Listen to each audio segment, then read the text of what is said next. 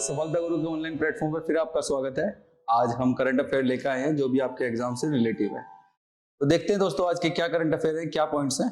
चलिए पहला क्वेश्चन देखते हैं, पहला पॉइंट देखते हैं कि 3 देशों की यात्रा करके लौटे पीएम। आपको पता है अभी 3 देशों की यात्रा करके आए हैं हमारे पीएम साहब मोदी, ऑस्ट्रेलिया, जापान और पापुआ न्यू गिनी। ठीक है, तो 3 देश है हमारे जहां से आए हैं, ऑस्ट्रेलिया, जापान, पापुआ न्यू गिनी से। ऑस्ट्रेलिया के सिडनी में एक पार्क का नाम लिटिल इंडिया रखा गया है, एक रोड का नाम भी लिटिल इंडिया रखा गया है। ठीक है, पापुआ न्यू गिनी में governor general sir Bob Dadae ने अवार्ड दिया है इन्हें, ये है grand champion of the order of Logohu, उसे सम्मानित किया है। ठीक है, और जापान में हिरोशिमा में महात्मा गांधी की प्रतिमा का अनावरण भी किया गया है। तो याद रखना है कि जापान के हिरोशिमा में महात्मा गांधी जी की प्रतिमा का अनावरण किया है पीएम मोदी ने।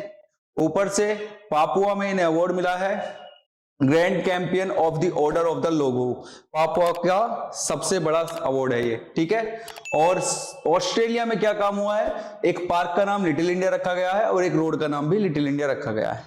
आगे चलते हैं दोस्तों।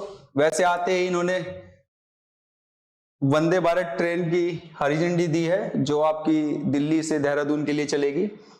चलिए, पीएम मोदी ने देहरादून दिल्ली वंदे भारत एक्सप्रेस को हरी झंडी दिखाई है और ये जो ट्रेन है ये यूपी के 3 शहरों से होकर गुजरेगी, मेरठ, सहारनपुर और मुजफ्फरनगर से भी होकर गुजरेगी। मतलब कि दिल्ली से जो देहरादून की वंदे भारत ट्रेन चल रही है वो उसका मेरठ भी स्टेशन होगा, सहारनपुर भी होगा और मुजफ्फरनगर भी, 3 जगह उसके स्टेशन रहेंगे, स्टॉप रहेगा। ठीक है ना।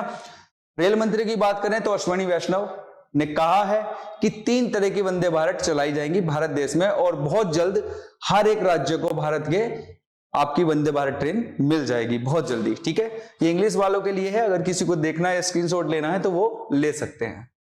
आगे चलते हैं अगले पॉइंट की तरफ। पीएम मोदी ने देखो खेलो इंडिया गेम का इनॉग्रेशन जो चालू किया गया है, खेलो इंडिया गेम, ये उत्तर प्रदेश में चालू किया गया और जिसका इनॉग्रेशन भी मोदी जी ने आके किया है। ठीक है, तो ये पता होना चाहिए कि खेलो इंडिया यूथ गेम जो है वो कहां पर चला है, इस बार कहां पर हो रहा है, वो उत्तर प्रदेश में।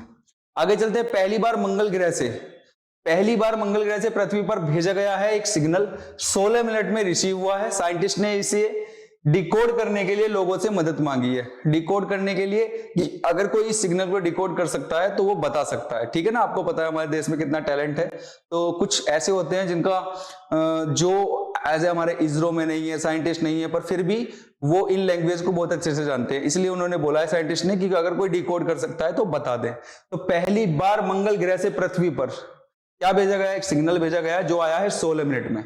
ठीक है, आगे चलते हैं दोस्तों अगले पॉइंट की ओर। अगला पॉइंट हमारा क्या कहता है, अगला पॉइंट है देश में, बहुत अच्छा क्वेश्चन है, इंपोर्टेंट क्वेश्चन है कि देश में पहली बार वॉरशिप कौन सा है, आईएनएस विक्रांत, नाम याद रखना है। पहली बार देश में वॉरशिप आईएनएस विक्रांत पर MiG-29 के को उतारा गया। MiG-29 आपको पता है कि एक फाइटर प्लेन है ना, MiG-29 के नाम है इसका, और किस पर उतारा गया है, आईएनएस विक्रांत पर। तो ये क्वेश्चन अच्छा क्वेश्चन हो सकता है, ध्यान रखना है हमें। आगे चलते हैं। आगे है यूएसए में भारत के 5 स्टेट को, यूएसए की जो यूनिवर्सिटी है उन्होंने भारत की 5 स्टेट के जो यूथ हैं उन्हें बैन कर दिया गया है कि इन स्टेट के यूथ को यूनिवर्सिटी में एडमिशन नहीं दिया जाएगा, क्योंकि उनका कहना है कि ये स्टूडेंट वीजा पर भारत से ऑस्ट्रेलिया इसमें यूएसए में आते हैं और आकर ये यहाँ पर जॉब करते हैं। मतलब वहां पर जॉब की जो यूएसए के लोग हैं उन्हें जॉब ना मिलकर इन लोगों को जॉब मिलती है, इस वजह से उन्होंने 5 स्टेट को बैन किया है। स्टेट के नाम देख लेते हैं। स्टेट के नाम है पंजाब, हरियाणा, उत्तराखंड, उत्तर प्रदेश और जम्मू कश्मीर। इन 5 स्टेटों को बैन किया है। क्वेश्चन बन सकता है आपका कि यूएसए ने भारत के कितने राज्यों को बैन किया है, कि 5 को।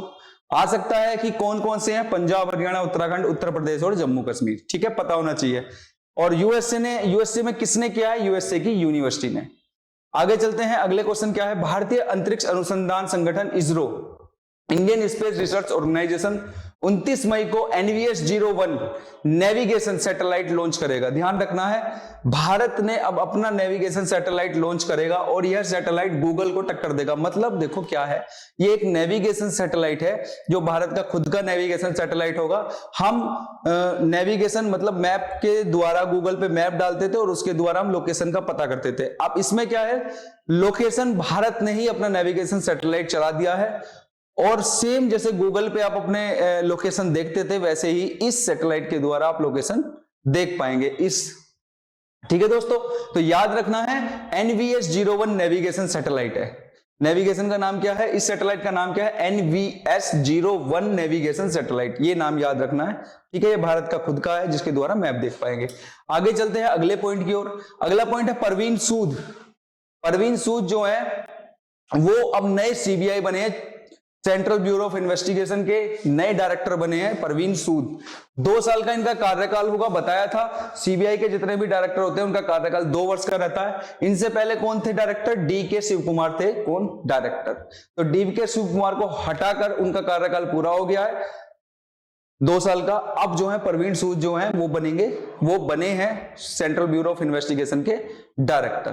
ठीक है दोस्तों, और ये DGP भी रहे हैं, डायरेक्टर जनरल ऑफ पुलिस भी रहे हैं। ठीक है, आगे देखते हैं अगले क्वेश्चन की ओर दोस्तों। हाल ही में भारत और सऊदी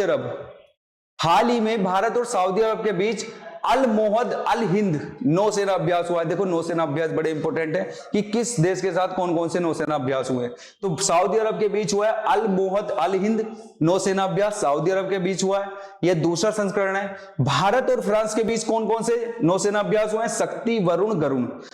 भारत और ब्रिटेन के बीच कौन कौन से नौसेना अभ्यास हुए, कोंकण, अजय वॉरियर।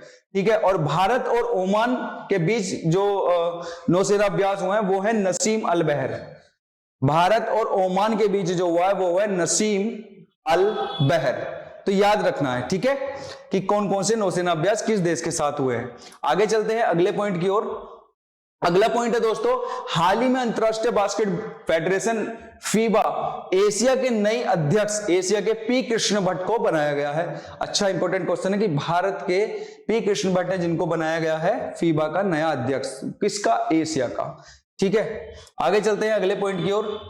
चलिए दोस्तों, यही हमारे सारे पॉइंट्स खत्म होते हैं। जितने भी इंपॉर्टेंट करंट अफेयर थे आपके एग्जाम के दृश्य से वो सभी मैंने यहाँ आप लोगों के लिए कवर कर दिए हैं। तो डेली वीडियो को अगर आप सुनना चाहें तो सुन सकते हैं और सुनकर ही आपके करंट अफेयर कंप्लीट हो जाएंगे। ठीक है दोस्तों, और मैंने कल आपको समझा ही दिया था करंट अफेयर का मतलब होता है जो भी करंट में चल रही होती हैं बातें। और ज्यादा आपके एसएससी में इतने पीछे का करंट नहीं पूछा जाता कि आपको 2021 का पूछने लग जाएंगे या पूछने लग जाएंगे कि भाई कब ये काम हुआ था, कब कैसे। अब जैसे कूनो नेशनल पार्क में 4 चीते मर गए, एक छोटा बच्चा भी था वो भी मर गया, 3 वैसे बड़े चीते मर गए। तो ये थोड़ी पूछेंगे वो आपसे कि ये कूनो नेशनल पार्क की स्थापना कब हुई थी, कहाँ पे हुई थी। वो करंट अफेयर के दृष्टि से पूछेंगे कि भाई कूनो नेशनल पार्क में जो चीते आए थे वो कहाँ से आए थे। इस टाइप के क्वेश्चन बनते हैं आपके करंट अफेयर के, क्योंकि वो क्वेश्चन तो आपके जीए से रिलेटेड हो गए ना दोस्तों। तो चलिए चलते हैं दोस्तों, कल फिर मिलते हैं नए वीडियो नए करंट अफेयर के साथ। आप लोगों का बहुत बहुत धन्यवाद।